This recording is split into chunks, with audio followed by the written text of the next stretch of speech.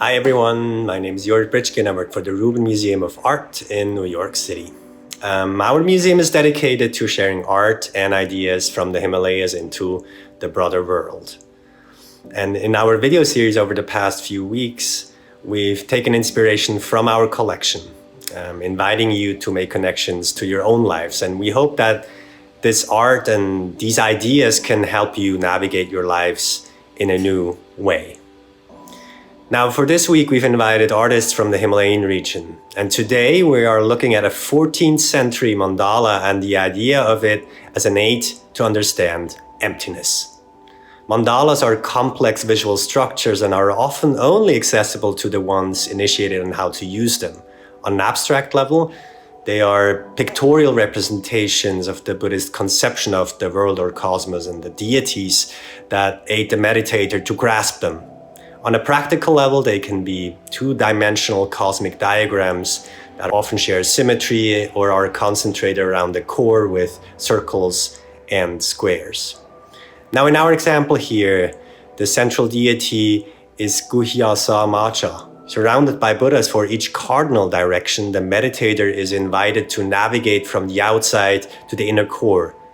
We see monks, shrines guarded by animals, floral patterns, fearful deities, gates, changing colors, platforms.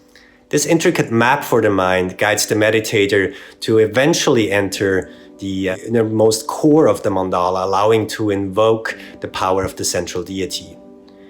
While we today look at a wonderfully preserved example of a painted mandala, you may be more familiar with sand mandalas, which are in fact destroyed after they have been crafted, having fulfilled their function as a visual aid.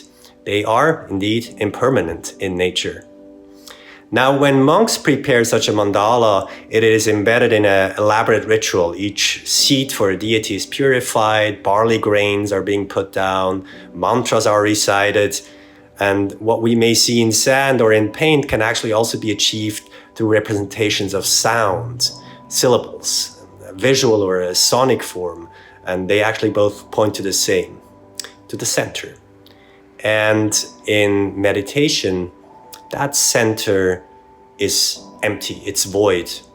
And having arrived at it, the substance of the path there in a way loses its concreteness. While the process of finding one's center through visualization techniques may be pointing to the meditator himself, it is in fact not, because he or she ideally realizes that there is no self. Rather, we realize and embrace that emptiness is the only thing that exists. There's no I, no self, and that realization can help us overcome many obstacles.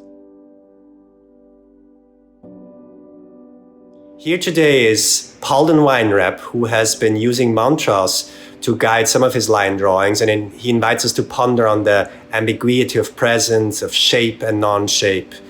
And he also invites us through his work to expose and embrace emptiness, and shows how artistic practices can lead us towards that understanding. Hi, my name is Palden Weinreb. I'm a visual artist based in New York. Today I'm filming from my studio in Long Island City, and amongst other things, I'm starting to notice the added benefit of working alone.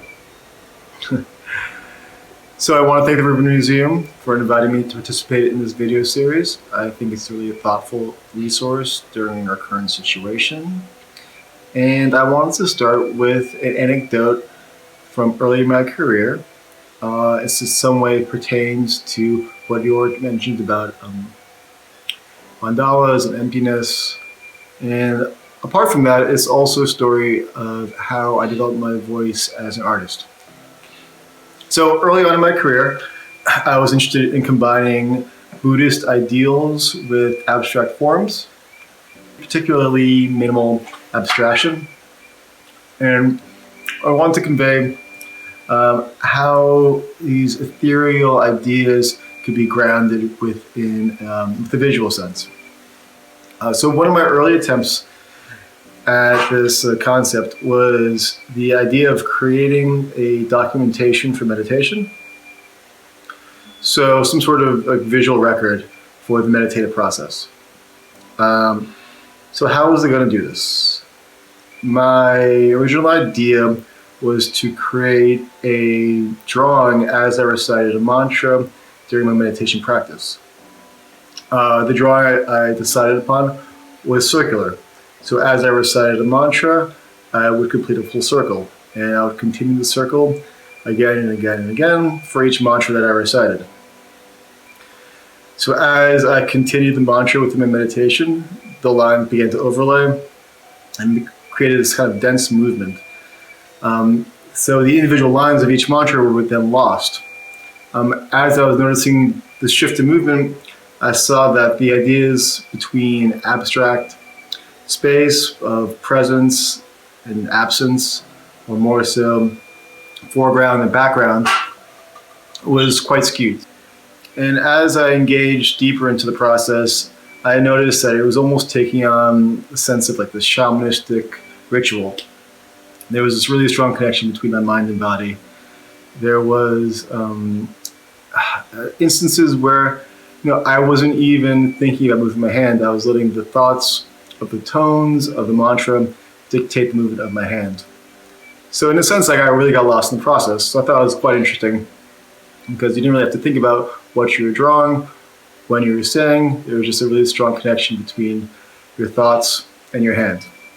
So apart from this oscillating movement of the line drawing, I found myself focused on the center of the drawing. Inside this drawing was an empty void. In some ways, this was, I guess, the center of, you could call it a hole. So within this hole, I was trying to reflect on what this could mean. Because in a sense, this drawing was an exercise. The finished product was relatively unknown to me. But as I reflected upon it, I noticed that it could be somewhat representational of a void. But as I analyzed it and thought more about it, I realized that it's representative of emptiness. One, in a literal sense, where the page is empty, but now it's been redefined by the movements of my meditation. So the inherent emptiness of the page is now reflected upon, defined by my meditation practice. So I started reciting mantras as I continued to do my drawings. For every line that I draw, I recite a single mantra. This helps me maintain focus on what I'm drawing. It's oftentimes very easy for your mind to wander, and mistakes can be made. So I might invite some of you to recite mantras in a daily practice that you might find repetitive, where you find it's difficult for your mind to focus. You can do this in a daily task. You can also do this within your own drawings.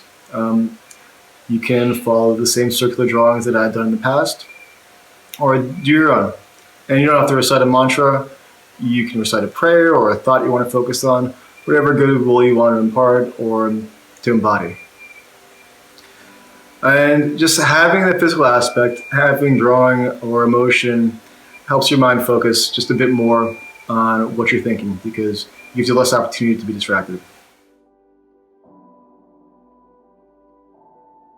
Thank you for tuning in to the Rubin Daily Offering for the past 6 weeks. We loved seeing your comments, your engagement, and we're also very grateful to the generous community of artists, practitioners, teachers, specialists who have helped us bring art and insight during these times.